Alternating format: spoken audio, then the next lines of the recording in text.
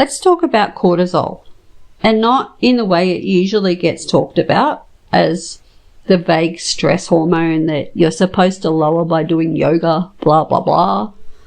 I want to talk about what's actually doing in your body. Because when you understand the mechanism, the symptoms stop feeling random and start actually making sense.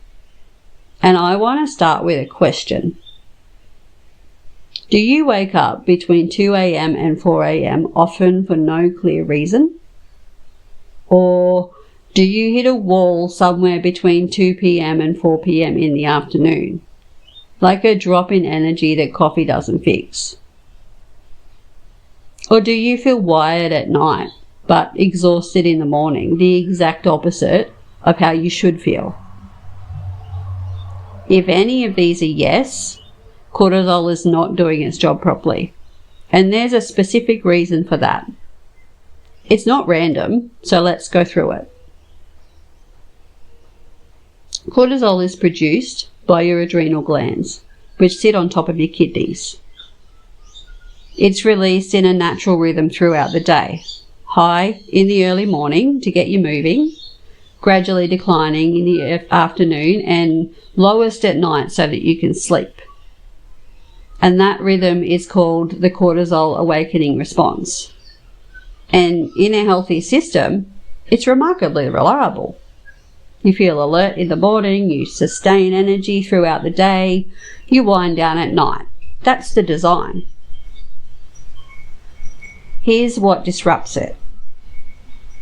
When your body is under chronic stress, and I'm not talking crisis stress or emergency stress, but the sustained low-grade pressure of doing too much for too long, your HPA axis, which is the communication loop between your brain and your adrenal glands, starts to dysregulate. And HPA stands for hypothalamic pituitary adrenal. It's a feedback system. Your brain sends a signal. Your adrenals release cortisol, and then your brain monitors whether it got the right amount and it adjusts. Your brain is a supercomputer. Under chronic stress, this feedback loop misfires. And the most common pattern in midlife women looks like this. Cortisol is low in the morning.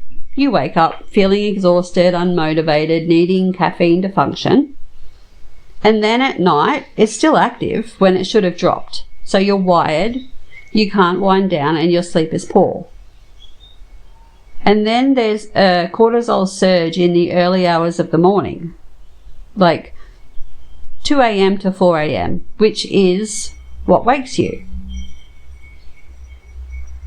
And here's the layer that makes it worse for women in perimenopause specifically. Estrogen modulates cortisol, right? So as estrogen fluctuates and declines, cortisol regulation becomes more erratic. The two systems are directly linked. So the hormonal changes of perimenopause don't just cause the hot flushes and the mood swings, they actively destabilize your stress response. And this is why exhaustion in midlife doesn't feel like normal tiredness. It's not a deficit of sleep hours. It's a dysregulated system that is producing the wrong chemicals at the wrong time. And I want to be direct with you about something.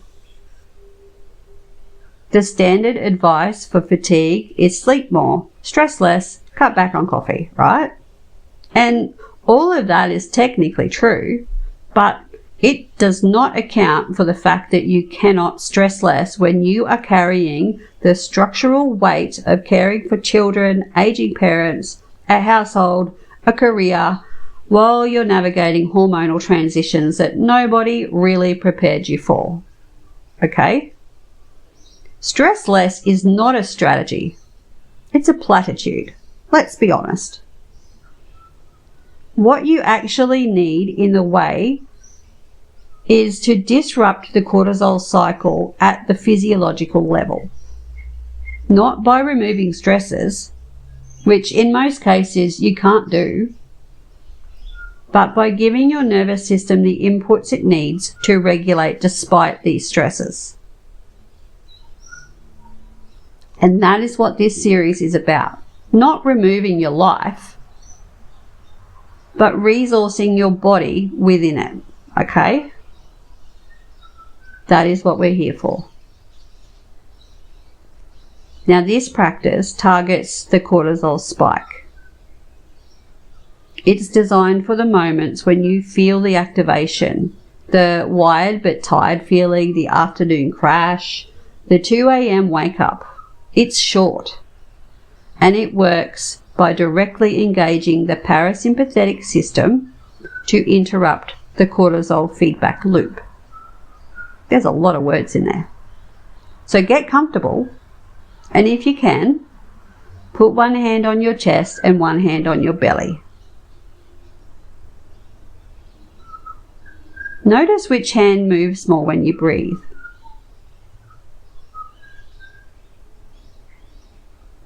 Most people breathing under stress breathe high in the chest, shallow and fast, and the belly barely moves. But I'm inviting you to breathe into the belly. Let it expand first, and then the chest can follow.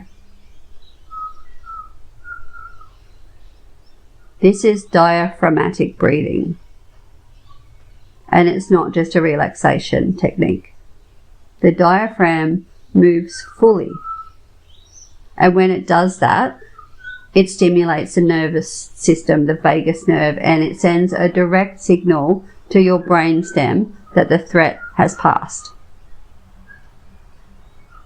In through the nose, belly expands first, then chest. So let's do that now.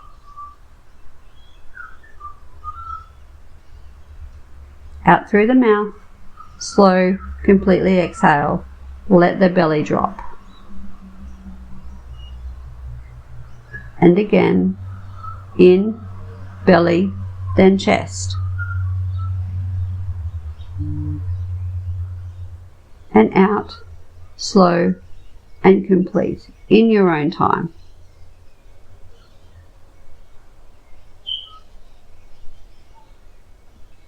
And I want to add something. On your next inhale, hold briefly at the top, just a second or two, before you exhale. So it's in, belly, chest, brief hold, and out, slow, all the way. Let the outward breath be longer than the inward breath. Just remember to hold at the top. That's a pressure change that your body registers. It signals the baroreceptors in your heart to adjust. Your heart rate variability shifts. Your nervous system begins to recalibrate. Okay, so do this a few more times at your own pace. Belly, chest, brief hold, slow out.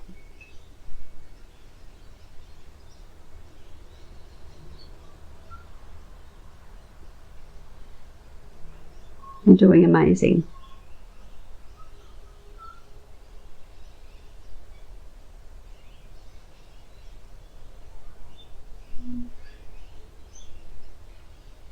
Keep going.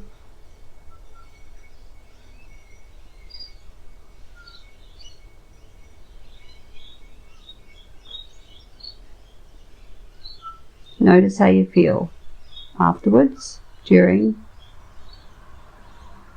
Just witness it. And the next time you hit a wall in the afternoon, or you wake up at 2 or 3 a.m. and you can't go back to sleep, this is your practice. Not scrolling on your phone, not getting up. This. 4 to 6 rounds of this breath, and you are directly working against the cortisol spike.